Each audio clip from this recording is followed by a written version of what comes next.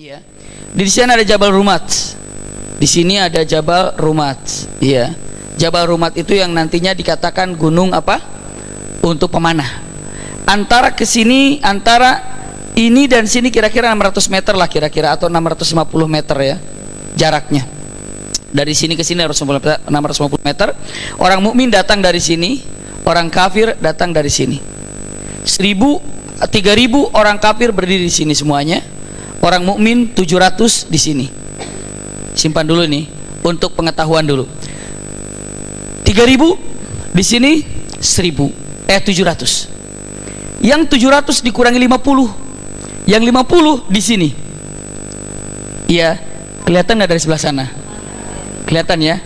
Ya, pemanah. Sebentar. Saya takut nggak kelihatan. Jelas? Nah, begini. Ya. Nah, pemanah ini pemanah ini ngarahnya, kalau pertempuran berada di sebelah sini, pemanah itu membelakangi tempat pertempuran. Justru para pemanah itu membelakangi tempat pertempuran, dan mereka matanya ke sini semua tertuju. Yang 50 orang ini dipimpin oleh seorang sahabat Rasulullah SAW, Abdullah bin Zubair. Di sini dia berdiri di sini. Dan 50 pemanah ini adalah 50 pemanah yang jetu, yang ulung, yang keren, yang bagus. Jadi sekali memanah, masya Allah, tepat sekali. Ini adalah para pemanah yang luar biasa. 50 pemanah disimpan di sini, dan mereka melihat ke sana. Tempat pertempuran di belakangnya. Jadi kalau pertempuran di sebelah sana, pemanah itu ngebelakanginnya, menghadap ke sana. Kenapa? Ini di ujung Uhud. Masya Allah, seorang jenderal yang luar biasa dalam peperangan Rasulullah SAW. Bunda, begitu beliau masuk ke tempat ini, lihat di sini, melihat sekeliling yang ada di Uhud, maka Rasulullah langsung berpikiran harus dijaga gunung ini. Kenapa? Kalau tidak dijaga gunung ini, bahaya. Kenapa bahayanya? Ditakutkan ada orang kafir yang berada di sini. Dia ini ada pasukan gitu datang kemari, terus masuk ke sini. Jadi pahami nggak Bunda ya?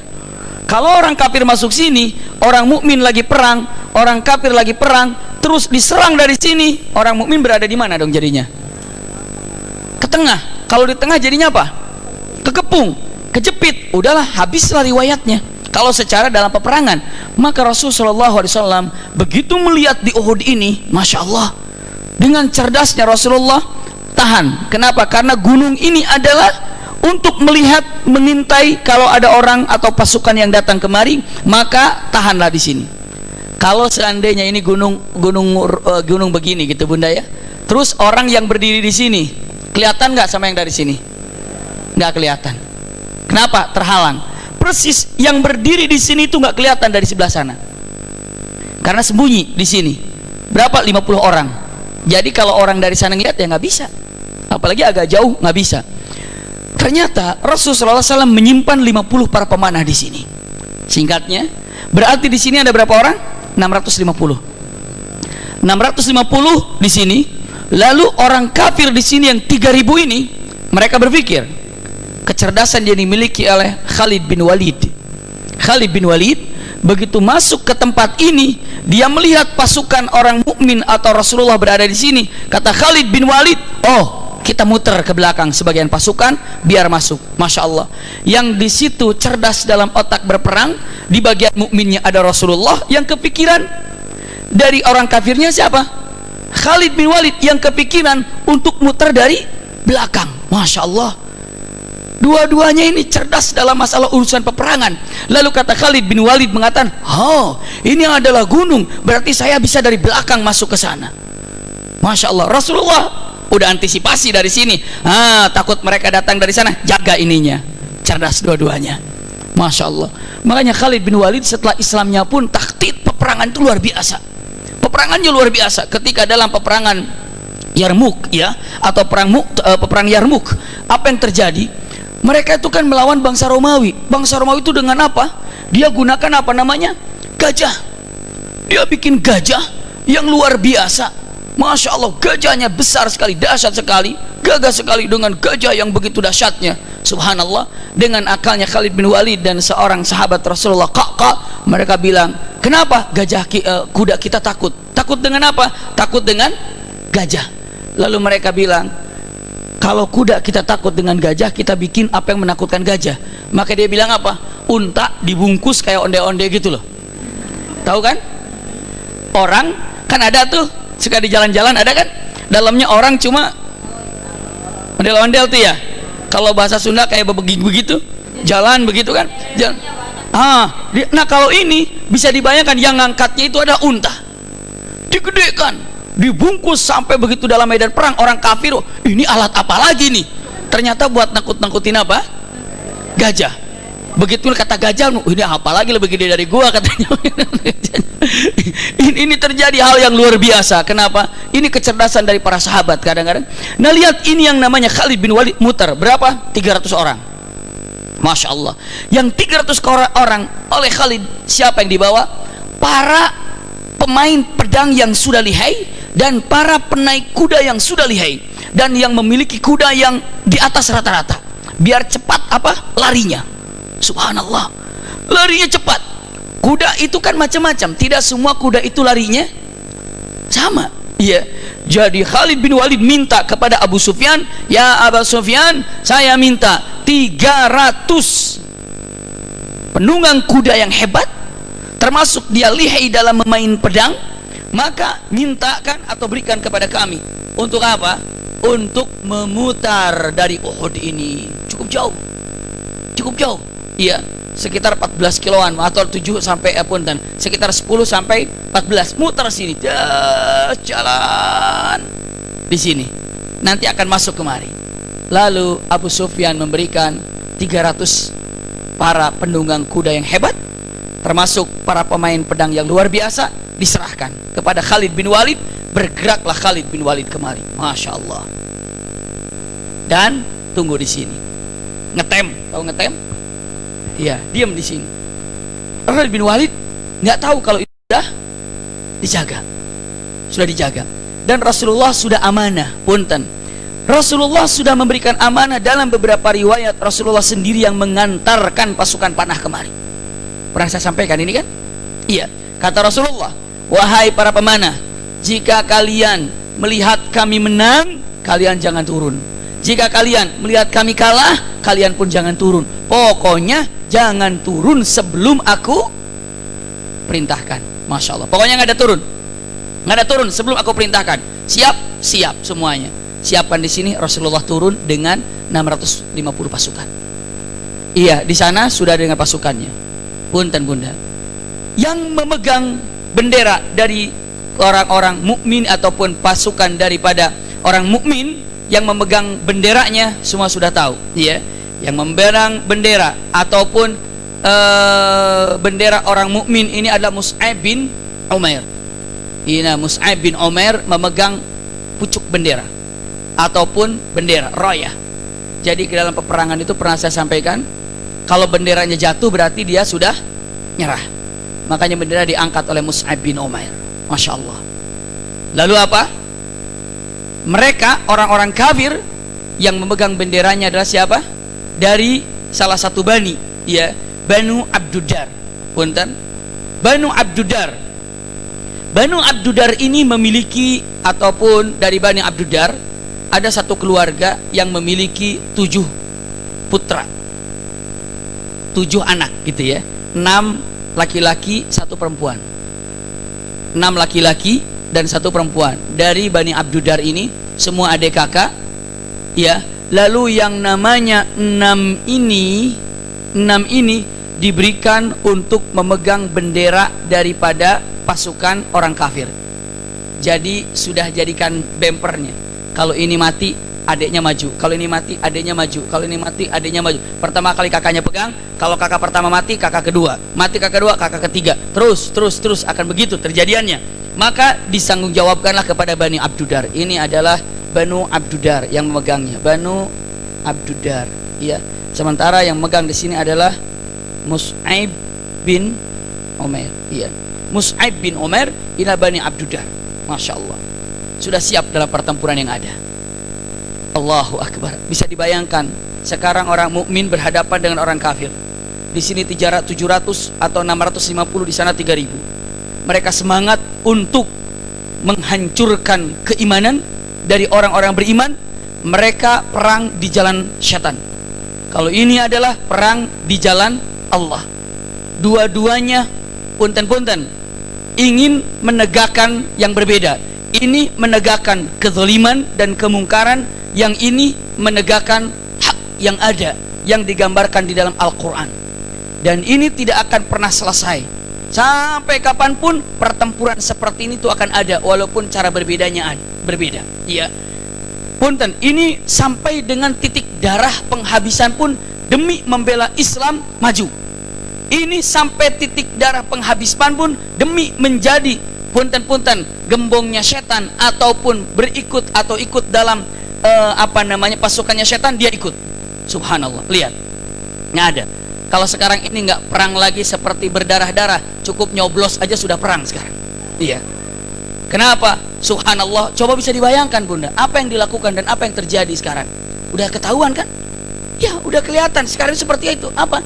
Penghormatan kita terhadap Al-Quran untuk di Jakarta, ya kelihatan kemarin. Seperti apa mereka menghormati terhadap Quran, seperti apa mereka memahami terhadap Quran. Lalu dengan mengatakan ini tidak ada kaitannya dengan Quran, siapa bilang? Subhanallah. Lalu kekeh dengan menyatakan ini itu, ini alasan-alasan. Dan memang seperti itulah, kalau sudah memang tertutup mah susah bagaimanapun caranya. Iya, makanya ada dalam satu kalimat yang pernah saya sampaikan, ada dalam firman Allah Subhanahu wa taala dengan mengatakan liman lahu qalbun au alqas sam'a wa huwa syahid. Ini syarat untuk mendapatkan ilmu yang pertama kali itu harus punya hati dulu. Punya hati, liman lahu qalbun dalam Al-Qur'an. Iya, liman lahu qalbun. Qalbunnya itu harus menerima. Qalbnya itu adalah harus benar-benar jernih, bersih.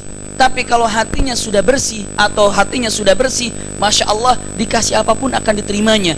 Tapi kalau hatinya tidak bersih ataupun qalbunnya ini sudah tertutup, apapun diserahkan, mau Al-Quran, mau hadis, kekeh aja. Lihat, nyata. Padahal itu adalah ujian.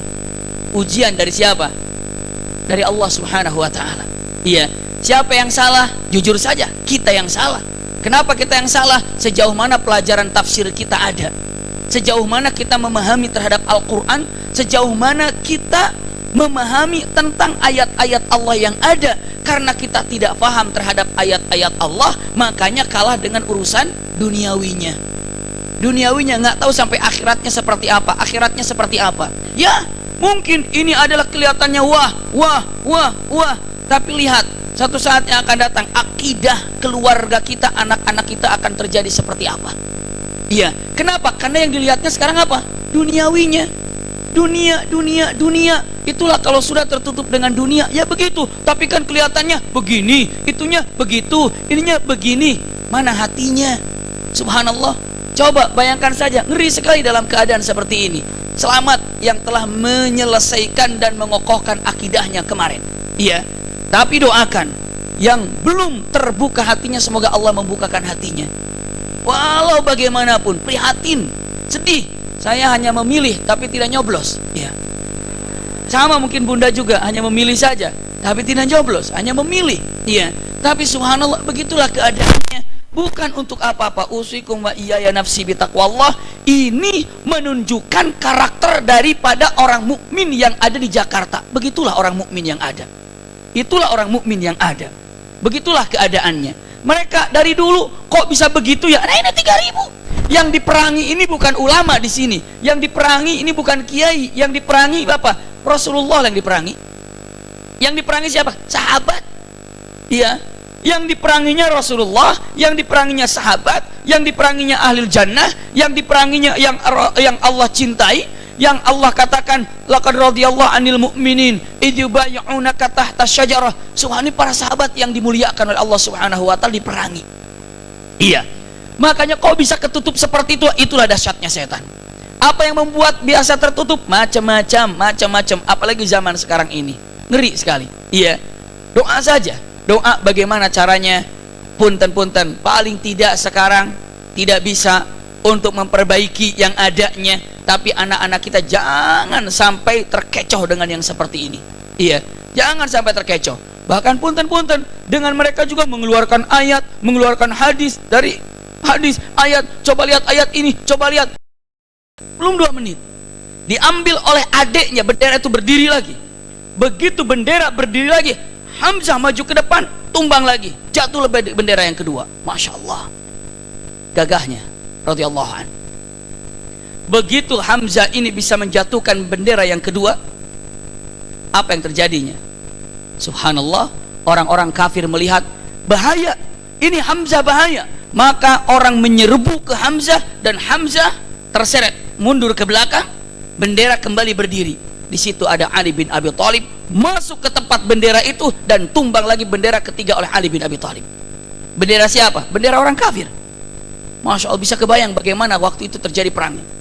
Saat itu bendera ini tumbang yang ketiga, naik bendera yang keempat lagi, masuk Ali bin Abi Thalib, tumbang lagi bendera yang keempat. Pas orang-orang kafir melihat Ali bin Abi Thalib bahaya, kumpulkan satu pasukan, nyerang Ali bin Abi Thalib, mundur Ali bin Abi Thalib. Maksudnya apa? Menjauh dari bendera itu. Saat bendera menjauh, subhanallah, seorang laki-laki Asim bin Sabit melihat Ali bin Abi Thalib mundur, maju ke depan, lalu tumbang lagi bendera yang kelima. Masya Allah, dalam waktu yang sangat singkat, kurang daripada 10 menit ini, jatuh bendera satu, naik lagi, jatuh bendera dua, naik lagi, jatuh lagi ketiga, naik lagi, jatuh lagi keempat, naik lagi, jatuh yang kelima, naik lagi. Subhanallah. Di situ kan tadi ada 6 orang yang maju, sementara keluarganya 7 orang kan. 1 orang perempuan, anak yang ke-7 namanya Sulasah. Iya, Sulasah namanya. Sulasah ini itu adalah adik daripada yang 6 ini, dan dia perempuan. Sulasah itu ikut di situ. Sulasah itu melihat, menyaksikan bendera pertama tumbang. Sulasah melihat bendera kedua tumbang. Sulasah melihat bendera ketiga tumbang. Sulasah melihat bendera keempat tumbang. Bahkan Sulasah begitu melihat bendera keempat tumbang, sudah pasti kakaknya yang nomor 4 mati. Maka dia ingin tahu siapa yang membunuhnya. Lalu dia maju ke depan. Terus dia menuju ke depan, merapat. Ternyata begitu dia melihat ke depan, pas Asim bin Sabit sedang memukulkan pedangnya ke kakak yang nomor 5 tumbang. Maka langsung yang namanya Sulasah mengatakan, berarti yang membunuh kakakku ke-1, ke-2, ke-3, ke-4, ke-5 adalah Asim bin Sabit. Iya. Setelah itu apa? Kakak yang ke-6-nya berdiri lagi, bawa bendera lagi, dipukul lagi, mati lagi. Maka Sulasah menyaksikan kakak ke-5 dan kakak ke-6 terbunuh oleh Asim bin Sabit. Dan dikiranya oleh Sulasah bahwa kakak yang 1, 2, 3, 4, 5, 6 ini terbunuh oleh siapa? Oleh Asim bin Sabit. Dan saat itulah bendera tumbang. Subhanallah. Dan saat itu bendera tidak ada lagi yang mau mengambilnya. Kenapa? Ngeri kalau ada yang ngambil bendera, urusannya apa? Mati. Mau ngambil bendera, urusannya mati. Maka apa yang terjadi? Bendera dibiarkan saja semuanya. Begitu bendera jatuh, mundur orang kafir ini. Mundur. Subhanallah. Mundur orang kafir ini. Kenapa? Karena bendera sudah tidak ada lagi yang mau mengambilnya. Maka orang kafir mundur. Bendera tergeletak saja. Dan Sulasah sedih. Karena apa? Abang-abangnya, 6-6-nya mati. Disitulah Sulasah bersumpah. Apa sumpahnya? Kata Sulasah, demi Allah, siapapun yang mendapatkan kepalanya Asim, maka aku akan tukarkan dengan seberat kepala Asim berapa, aku akan tukarkan dengan perhiasan emas yang begitu gemerlap, atau emas yang pasti mahal. Bahkan saumli jumjumatuhu bidzahab, aku akan tempelkan emasnya itu di kepalanya, penuh dengan emas. Pokoknya kepalanya Asim seimbang dengan beratnya emas. Kalau kepala misalnya beratnya 10 kilo, ya emasnya 10 kilo. Kalau kepalanya 5 kilo, berarti kepala emasnya 5 kilo. Masya Allah. Dan itu adalah luar biasa. Istilahnya apa? Harta yang cukup banyak. Itu adalah sumpahnya siapa? Sulasah. Siapa yang mendapatkan kepalanya Asim, aku akan tukar dengan seberat emas. Maka semua orang mencari kepalanya Asim bin Sabit. Dan di situ Asim bin Sabit berdoa kepada Allah, ya Allah, seperti itu aku. Biar enak, nyur sini nyur. Tolong bikinkan, saya mau bikin bangunan, yang mana bangunan ini satu tempat perjudian sebelah sininya, atau tingkat 2 untuk judi misalnya, tingkat bawahnya itu untuk parkirannya, tingkat 2-nya untuk judinya, tingkat 3-nya untuk minuman khamernya, tingkat 4-nya itu untuk naudzubillah hal-hal yang tidak layak lah gitu ya. Tolong bikin arsiteknya bagus ya. Maka dibikinlah gambarnya, ini tempat ininya, ini tempat ininya, tempat barnya, tempat judinya, tempat apa, dibikin desain sama dia bagus. Sudah selesai, jadilah dengan bayaran mahal. Dan dia tahu kalau ini untuk apa. Naudzubillah. Dia cuma bikin doang. Setelah itu apa? Jadi tempat itu, setiap orang yang masuk situ dosanya kena ke arsitek itu. Ngalir lagi, dia nggak minum khamar, dia nggak zina, dia nggak judi, terus aja. Kenapa? Ngalir. Kenapa? Itu dia, karena telah membantu kezaliman yang ada. Naudzubillah. Orangnya sudah mati nih, yang gambar itu sudah mati, tapi gedungnya masih ada, hal ini masih ada. Walaupun dia sudah di kuburan, terus aja apanya ngalir, dosanya terus ngalir. Sampai kapan? Sampai bangunan itu masih ada. Sampai maksiat yang di tempat itu masih ada. Naudzubillah. Tolong renungkan sampai hari ini, apa sih jejaknya ini? Iya, jejaknya apa? Jadi apa yang dilakukan hari ini bukan hasil untuk hari ini, tapi apa? Ke depan. Dia masih ada, tapi gedungnya juga masih ada, ngalir terus. Apa maksiatnya? Bayangkan kalau bunda misalnya, Masya Allah, luar biasa, naruh saja apa di musola, apa di masjid, lampunya, apa karpetnya, apa mic-nya, apa Qur'annya. Masya Allah, kita ada di rumah, setiap orang yang sholat di masjid itu mendengar mic karena Allahu Akbar panggilan, pahalanya sholat. Naruh Qur'annya saja, dia baca Qur'an di masjid itu, dianya tidak, tapi beberapa orang yang ngaji Qur'annya, Masya Allah, dapat pahalanya. Kepada siapa? Yang wakafkan Qur'annya. Luar biasa. Apa saja yang ada yang nikmat kita rasakan, hakikatnya sekarang ini jangan difikirkan untuk hari ini, tapi untuk apa? Yang akan datang. Subhanallah. Iya. Yang milih keliru saja, yang nyoblos keliru, tanggung jawab 5 tahun ke depan itu. Ngeri sekali. Iya. Mendingan kalau misalnya sesuai dengan syariat memilihnya. Punten saya tanya, ibu dengar perintah sholat? Wajib nggak perintah sholat? Ulangi, saya tanya, ibu perintah sholat sudah dengar? Wajib perintah sholat? Saya tanya, sudah sholatnya bunda? Sudah khusyuknya? Sudah khusyuknya? Bunda jawabannya belum kayaknya ya, begitu kan? Tapi udah dikerjakan belum perintah Allahnya? Sudah. Sekarang ibu masih salah nggak? Punten, tapi tanggung jawabnya sudah apa? Sudah selesai. Salah nggak kalau begini? Abi maki, saya nggak khusyuk sholatnya, lebih baik nggak usah sholat aja, percuma saya sholat nggak khusyuk. Parah nggak itu? Salah apa nggak? Oke, ulangi lagi, sekali lagi. Ibu sudah dengar perintah sholat? Sudah dikerjakan? Sudah khusyuknya? Belum. Tapi sudah selesai tugas. Iya kan? Sudah selesai tugas. Kenapa? Dengan istighfar, udah, saya sudah selesaikan tugas. Seperti itu. Bisa dipahami ya? Nah, sekarang ini, punten, memilih pemimpin orang mukmin wajib? Sudah dipilihnya? Sudah. Sekarang ini ternyata orang yang beriman yang dipilih itu nggak benar. Salah bunda? Tidak. Sudah melaksanakan kewajiban. Bisa dipahami nggak bunda? Saya sudah selesaikan kewajiban saya untuk mengambil orang mukmin, itu kewajiban saya. Sudah. Dan adapun dia ini nggak beres, ini saya sudah selesai kewajiban saya. Bisa dipahami bunda? Jadi jangan mengatakan dengan menyebut, oh daripada saya nggak khusyuk, lebih baik saya nggak sholat. Daripada saya begini, lebih baik saya pilih dia. Itu yang salah. Itu yang salah bunda. Coba renungkan dengan kata, iya juga meri. Kenapa? Bukan apa-apa saya sampaikan di sini. Ini demi keselamatan umat yang ada. Balik lagi sekarang. Iya. Ternyata apa? Na'udzubillah, dia bilang, siapa yang mendatangkan kepala Asim akan dikasih hadiah apa tadi?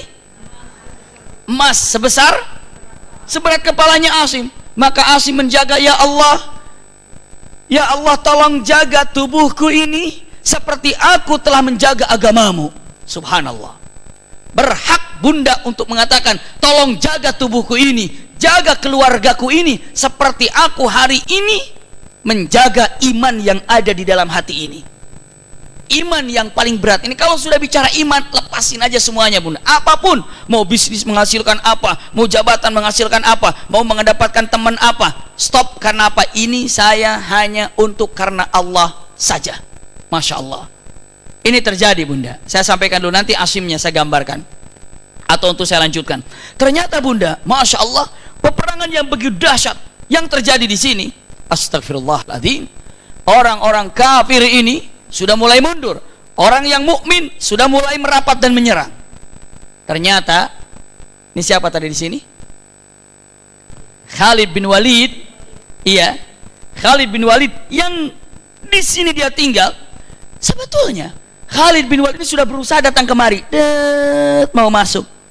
Begitu dia masuk di arah sini bunda, tadi kan muter Khalid bin Walid ya. Ini kan bukitnya ini ujung bukitnya ya. Ini Jabal Rumatnya. Begitu Khalid bin Walid masuk kemari, subhanallah, mau masuk baru dibelokkan sini saja sudah kaget Khalid bin Walid. Kenapa? Di situ ada 50 pemanah. Khalid bin Walid begitu masuk, waduh, ada pemanah nih. Coba maju terus. Dicoba maju ke depan, nggak bisa. Kenapa? Karena pemanah sudah siap, dan memang pemanahnya itu bukan asal mana saja. Pemanah yang luar biasa, pemanah yang jitu luar biasa.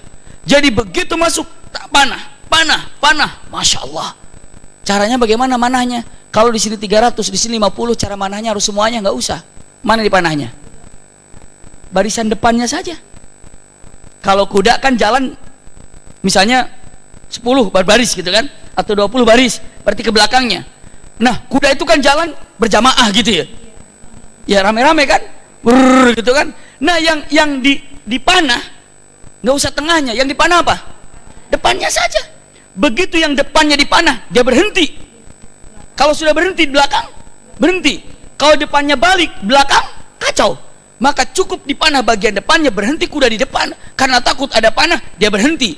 Cukup berhenti semuanya. Maka kata Khalid bin Walid, balik ke belakang, muter lagi, nunggu lagi, ngetem lagi, sampai muhawalah 3 kali.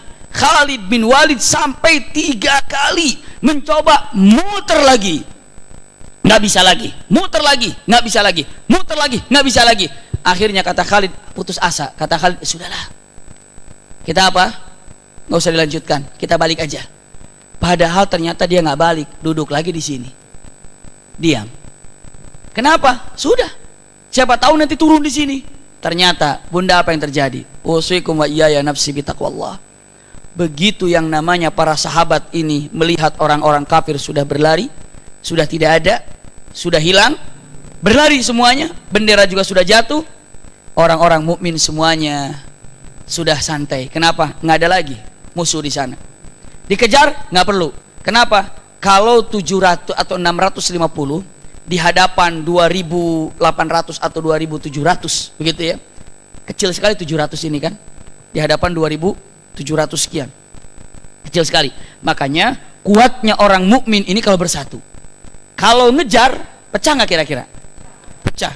Kalau sudah pecah, gampang. Makanya kuatnya itu adalah karena bersatu. Karena bersatu kuat.